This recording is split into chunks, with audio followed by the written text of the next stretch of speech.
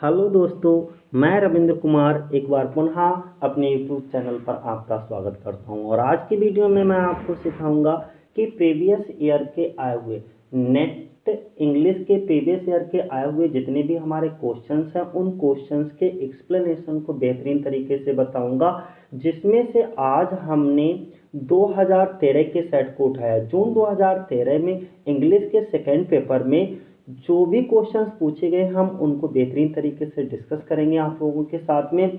तो चलो जैसे आज से हम लोग शुरुआत कर देते हैं। और एक चीज़ ध्यान रखिएगा कि किसी भी काम को करने के लिए आप पैसेंस बनाए रखिए। जब तक आप पैसेंस नहीं रखोगे तब तक आप किसी भी काम में सफलता हासिल नहीं कर सकते। देखो, नेट को क्लियर करने के लिए आपको पैसेंस तो बनाए रखना पड़ेगा, ठीक है। तो एक चीज़ ध्यान रखिएगा कि वीडियो को लास्ट तक देखिए, स्किप मत करिए। और कहीं पर भी क्लियर ना आए या कोई डाउट हो तो उसे कमेंट बॉक्स में जाकर के कमेंट करिएगा। चलो हम लोग स्टार्ट करते हैं। और जब तक एक चीज़ और ख्याल रखिएगा कि आपको प्रीवियस ईयर के पेपर्स को लगाना ही लगाना है, हर हाल में लगाना है। चाहे अपने पास से लगाओ, कोई भी सोर्स हो, हर कहीं से भी मिले, लेकिन आपको नेट में आए हुए प्रीवियस ईयर के पेपर्स को सॉल्व करना ही करना है। ये मान करके चलिएगा। जितना मदद हमसे हो सकेगा उतनी हम आपकी मदद करेंगे। तो चलो शुरुआत करते हैं आज की वीडियो, जिसमें हम लोग बताएंगे आपको। देखो, पहला ही क्वेश्चन हमारा दिया हुआ है। सॉरी दोस्तों, एक बार थोड़ा सा मिस्टेक हो गया यहाँ पर। हम आपको बता दें, मिस्टेक ये है यहाँ पर, देखिएगा कि ये स्लाइड बनाते हुए हमारा धोखे से यहाँ पे जून 2012 लग गया, जबकि यहाँ पर जून 2013 होगा। इसके लिए मैं माफ़ी चाहता हूँ आप लोगों से। तो चलो एक चीज़ को देखिए, यहाँ पर पहला क्वेश्चन हमारा है, in painters birthday party Stanley is giving a birthday present. In painters, जो पेंटर्स की, यानी कि अगर हम बात करें आप लोगों से कि जो भी हमारा था बर्थडे पार्टी थी, ओके, बोर्डिंग हाउस में बर्थडे पार्टी चल रही थी। ये बर्थडे पार्टी क्या है, थोड़ा सा हम इसके बारे में बता देते हैं, इस एक्ट के बारे में कि बर्थडे पार्टी क्या है। बर्थडे पार्टी जो है हेराल्ड पेंटर के द्वारा लिखा गया एक नाटक है, एक प्ले है, जो कि अर्थात एक जो कि 1957 में, कब ये 1957 में जो है ये पब्लिश हुआ था। और ये 3 एक्ट का प्ले है। इसमें क्या होता है, एक स्टैनली वेबर नाम का एक कैरेक्टर होता है, जो कि मेग तथा पेटे हस्बैंड वाइफ होते हैं। इनके घर होता है जिसका नाम होता है बोर्डिंग हाउस, ओके। अब इस बोर्डिंग हाउस में स्टैनली वेबर नाम का एक व्यक्ति जो है वो रह रहा होता है।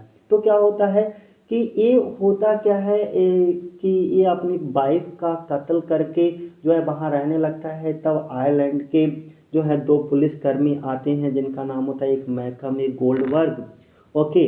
वो इसकी तलाश में 2 सिपाही आते हैं और वहीं पर इनके घर में जो है एक बर्थडे पार्टी ऑर्गेनाइज होती है, जिसमें लुल्लू नाम की एक लड़की दिखाई जाती है, जो कि 20 साल की होती है, ओके। ये अपने से अधिक उम्र के लोगों में बहुत ज़्यादा इंटरेस्ट लेती है, यानी कि बहुत रिझाती रहती है लोगों के लिए। स्टैनले को भी रिझाती है। तो लुल्लू अपने हाथ में एक पैकेट लेकर के आती है और वो उसे दे करके चली जाती है। तो लुल्लू के पैकेट को जब वह खोल करके देखता है तो उसमें जो है क्या निकलता है, तो जो लुल्लू का पैकेट होता है उसको खोल करके निकलता है, तो उसमें क्या निकलता है, बर्थडे प्रेजेंट होता है, वो ड्रम होता है, अ ड्रम। क्या याद रहेगा, तो सी वाला ऑप्शन हमारा कैसा हो जाएगा, सही हो जाएगा। कैसा हो जाएगा, सही।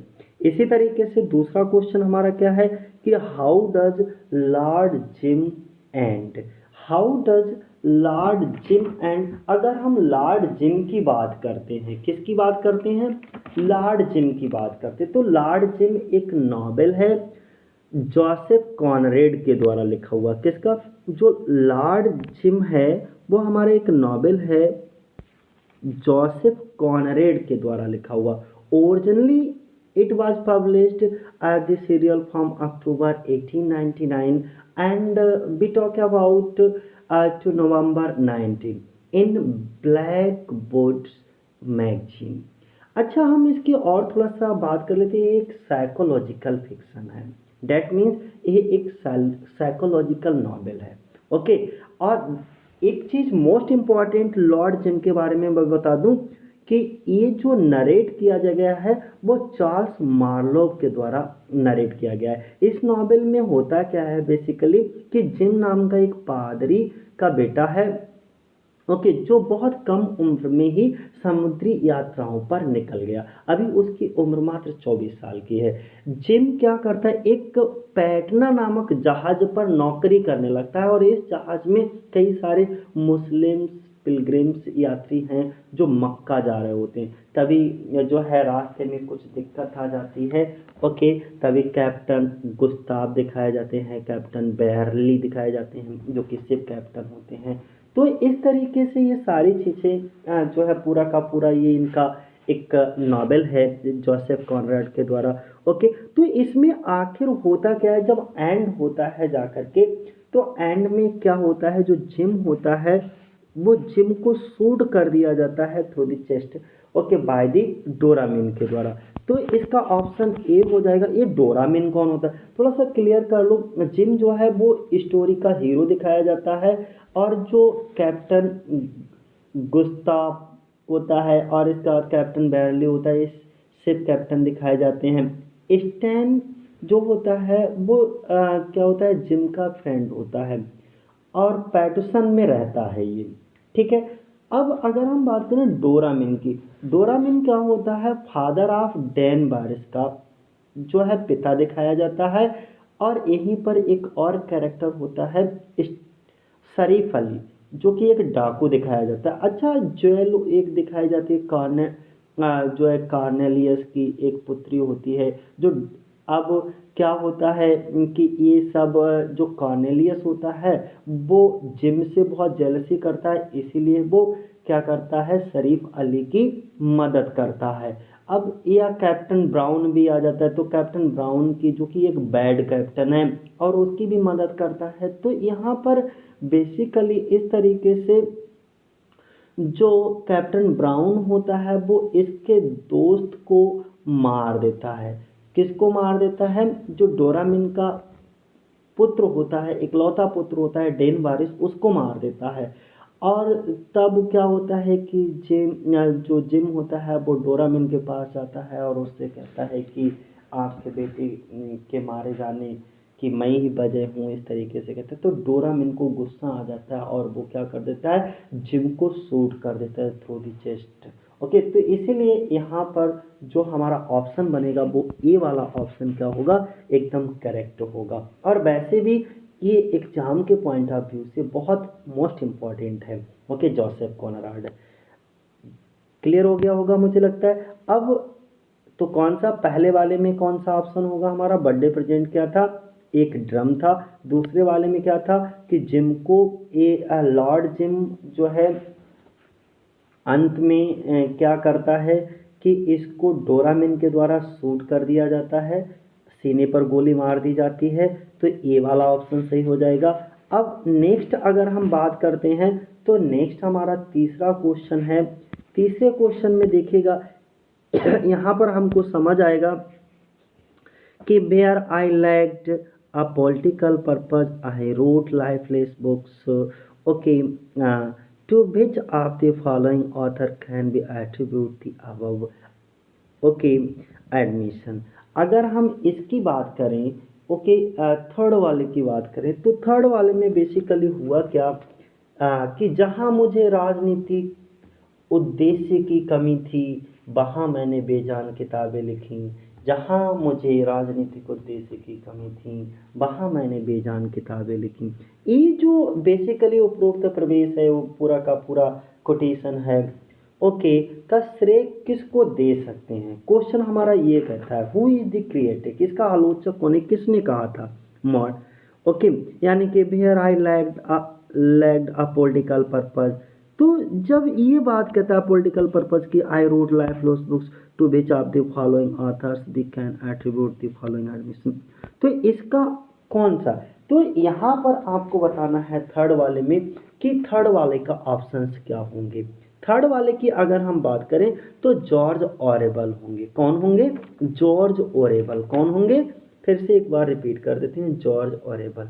देखो इसमें जो एरिक ऑर्थर ब्लेयर है, known as his pen name. ये इनका पूरा जो कहते हैं छद्म नाम उपनाम रख लेते थे। तो जो जॉर्ज, इनका रियल नेम नहीं था जॉर्ज ऑरेबल, ओके।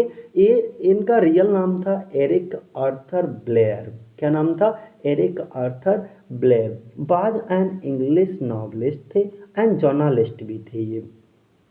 अच्छा, एक चीज और इनके बारे में बता दूं कि his work is marked by clarity, awareness of social injustice and opposition to, okay, किसी भी तरीके से कमिटमेंट टू डेमोक्रेटिक सोशलिज्म, इस तरीके की बातों को वो ज़्यादातर उजागर करते थे। कौन? जॉर्ज ओरेबल। तो हम किसकी बात कर रहे हैं? जॉर्ज ओरेबल की बात कर रहे हैं। अच्छा, modernism has been describe as being concerned, okay, with disenhancement of our culture, with culture itself, who is the creative। अच्छा, इसका क्रिएटिव कौन है? अगर हम इनकी बात करें, ये बहुत ही प्यारा सा है और बहुत बेहतरीन तरीके से इसको क्लियर भी करेंगे हम आपको बारे में। तो ये जो बात कहते हैं कि आधुनिकता को संस्कृति के साथ हमारी संस्कृति को असहमति के रूप में वर्णित किया गया है, इसका आलोचक कौन है? क्या कहा? आधुनिकता को संस्कृति के साथ हमारी संस्कृति की असहमति के रूप में वर्णित किया गया है, ओके। तो इसके लियोनेल ट्रेलिंग थे, यानी कि थर्ड वाला ऑप्शन हमारा क्या होगा? एकदम करेक्ट होगा। कौन सा? थर्ड, सी, लियोनेल ट्रेलिंग। अब हम लियोनेल ट्रेलिंग के बारे में थोड़ा सा बता दूं, ध्यानपूर्वक सुनिएगा। जो लियोनेल ट्रेलिंग थे वो अमेरिकन लिटरेरी क्रिटिक थे, okay, short story writer, essayist and also a teacher. इनका जो जन्म हुआ था वो 4 जुलाई 1905 को New York out, okay, United state में हुआ था। अच्छा, ये इनकी मृत्यु कब हुई थी लियोनेल ट्रेलिंग की? तो 5 नवंबर 1975, इनके 5 नवंबर 1975 में। इनकी पत्नी का नाम अगर हम स्पाउस यानी कि वाइफ के नाम अगर हम डिस्कस करें तो डायना ट्रेलिंग था, और इनके बच्चे का नाम था वो जेम्स ट्रेलिंग था। इनका एक बहुत ही नोटेबल वर्क भी आया था 1950 में, बहुत नोटेबल वर्क आया था जिसका नाम था दी लिबरल इमेजिनेशन। बहुत ही उल्लेखनीय कार्य था उनका ये, ठीक है। तो अब मुझे लगता है इसके बारे में बेहतरीन तरीके से पता लग गया होगा। तो कौन सा ऑप्शन हमारा करेक्ट होगा? कि लियोनेल ट्रेलिंग, ओके। अब अगला 5वें क्वेश्चन की बात करेंगे। तो 5वां क्वेश्चन हमारा, only that film which flutters on the grate still flutters there the sole unquiet things the above lines are quoted from. ये जो ऊपर की लाइन है, only that films which flutters on the gate, okay, still flutters there the sole unquiet things the above line are quoted from. ये ऊपर की जो 4 लाइनें दी गई हैं, लिखी गई हैं, वो कौन सी पोएम से उठाई गई? तो अगर हम बात करें, ये जो ऊपर की 4 लाइनें हैं वो हमारी ली गई हैं फ्रॉस्ट एट मिडनाइट से। कहाँ से ली गई? अच्छा, ये जो फ्रॉस्ट एट मिडनाइट है, सी वाला ऑप्शन हमारा सही होगा। फ्रॉस्ट एट मिडनाइट जो लिखा गया है वो किसके द्वारा लिखी गई कविता है? ये एस.टी. कॉलरिज के द्वारा, सैमुअल टेलर कॉलरिज के द्वारा लिखा गया। ये ब्रिटिश इंग्लिश लिटरेचर के रोमांटिक मूवमेंट के फर्स्ट जनरेशन के बहुत ही इंपॉर्टेंट पोइट थे सैमुअल टेलर कॉलरिज। क्लियर है? इनको हम एस.टी. कॉलरिज के नाम से भी जानते हैं। क्लियर हो गया? तो कौन सा? Frost Midnight, Frost at Midnight. अच्छा, फ्रॉस्ट एट मिडनाइट जो पोएम है वो सैमुअल टेलर कॉलरिज के द्वारा रिटन। अब ये जो लिखी गई थी वो 1798 में। कब लिखी गई थी? 1798 में। Part of a conversational poem है, और ये पोएम डिस्कस करते हैं कॉलरिज के चाइल्डहुड एक्सपीरियंस के बारे में, okay, in a negative manner. And अगर हम इसकी बात करें, emphasizing the need of the rich in the country side. तो ये इसका थोड़ा सा बैकग्राउंड है, इसको बेहतर तरीके से समझते हैं। नेगेटिव वे में अपने चाइल्डहुड को तो यहाँ से देखिएगा, अब 6 नंबर का क्वेश्चन हमारा पूछा गया है कि which one of the following modern poems employs Ottawa Rima. तो जो ओटावा रिमा में लिखी गई कविता है वो कौन सी, तो अमंग स्कूल चिल्ड्रन। जो अमंग स्कूल चिल्ड्रन है वो किसके द्वारा लिखी गई, अगर मैं बात कहूँ तो W.B. Yeats, William Butler Yeats की एक बेहतरीन पोइम है जिसमें टोटल 8 स्टेंजा और प्रत्येक के स्टेंजा में 8 लाइनें हैं। अगर हम the poem consist of 8 stanzas, each contain जो each line contain each containing जो है 8 lines, each written in iambic pentameter. Okay, तो हम कह सकते हैं कि ये जो इसका ऑप्शन सही होगा वो ए वाला ऑप्शन क्या होगा, सही होगा, ए वाला ऑप्शन, यानी कि अमंग स्कूल चिल्ड्रन जो है वो ओटावा रिमा में लिखी गई है। तो नेक्स्ट यानी कि आयम्बिक पेंटामीटर में यूज किया गया है। अब अगला अगर हम बात करते हैं 7वें का, Dryden, John Dryden in his heroic tragedy, इनकी एक बहुत ही फेमस हीरोइक ट्रेजेडी है ऑल फॉर लव। ठीक है, take the story of Shakespeare, ये जो इनकी हीरोइक ट्रेजेडी है ऑल फॉर लव वो based on Shakespeare's Antonio. Shakespeare's एक प्ले था शेक्सपियर का Antonio and Cleopatra. Okay, and written in flowing but controlled in blank verse. तो इसमें से उन्होंने पूछा गया है कि जो जॉन ड्राइडन का हीरोइक ट्रेजेडी एक प्ले ऑल फॉर लव वो शेक्सपियर की कौन सी स्टोरी से जो है एकदम मिलता जुलता है, तो वो एंटोनियो एंड क्लियोपेट्रा, यानी कि सी वाला ऑप्शन हमारा इसका क्या होगा, सही होगा। कौन सा ऑप्शन सही होगा, सी वाला option, Antonio and Cleopatra. Next देखिए, arrange the following work in the order in which they appear, identify the correct code. तो यहाँ पर उन्होंने 4 ऑप्शंस दे दिए गए हैं। 4 ऑप्शंस में आपको ये बताना है कि the correct combination according to the course is. तो करेक्ट कॉम्बिनेशन क्या है, तो करेक्ट कॉम्बिनेशन की अगर हम बात करें तो इसमें समझिएगा इसका करेक्ट कॉम्बिनेशन, जो अगर हम इनकी बात करते हैं, जो पहला No Longer at Ease, No Longer at Ease 1960 में पब्लिश हुई थी। ठीक है, तो और इसके बाद थिंग्स फॉल अपार्ट जो है वो 1958 में आई, एरो ऑफ गॉड 1964 में आई, a man of the people 1966 में। तो इसका मतलब सबसे पहले कौन सी जाएगी हमारी, थिंग्स फॉल अपार्ट, यानी कि दूसरी। तो दूसरे से कौन सा ऑप्शन सही होगा, सी वाला ऑप्शन। तो इसका मतलब हमें बहुत ज़्यादा सोचने की ज़रूरत नहीं, यानी कि सी वाला ऑप्शन हमारा क्या होगा, सही होगा। यानी कि अगर हम बात करें दूसरा जो थिंग्स फॉल अपार्ट है वो आप नोट डाउन कर लीजिएगा, 1958 में पब्लिश हुई, 1958 में। और सेकेंड इसके बाद जो इनकी पब्लिश हुई थी नो लॉन्गर एट एज 1960 में, 1960 में पब्लिश हुई। और एरो ऑफ गॉड जो है 1964 और मैन ऑफ द पीपल 1966 में। ये जो है लिखी, ये चारों पोइम जो दे रखी है ना, ये चारों पोइम जो लिखी है एक नाइजीरियाई लेखक थे चिनुआ अचेबे। कौन थे, नाइजीरियाई लेखक थे चिनुआ अचेबे, जिनका जन्म 16 नवंबर 1930 को और मृत्यु इनकी हुई थी 21 मार्च 2013 में। नाइजीरियन नॉवलिस्ट भी थे, ओके, पोएट भी थे, प्रोफेसर एंड क्रिटिक भी थे।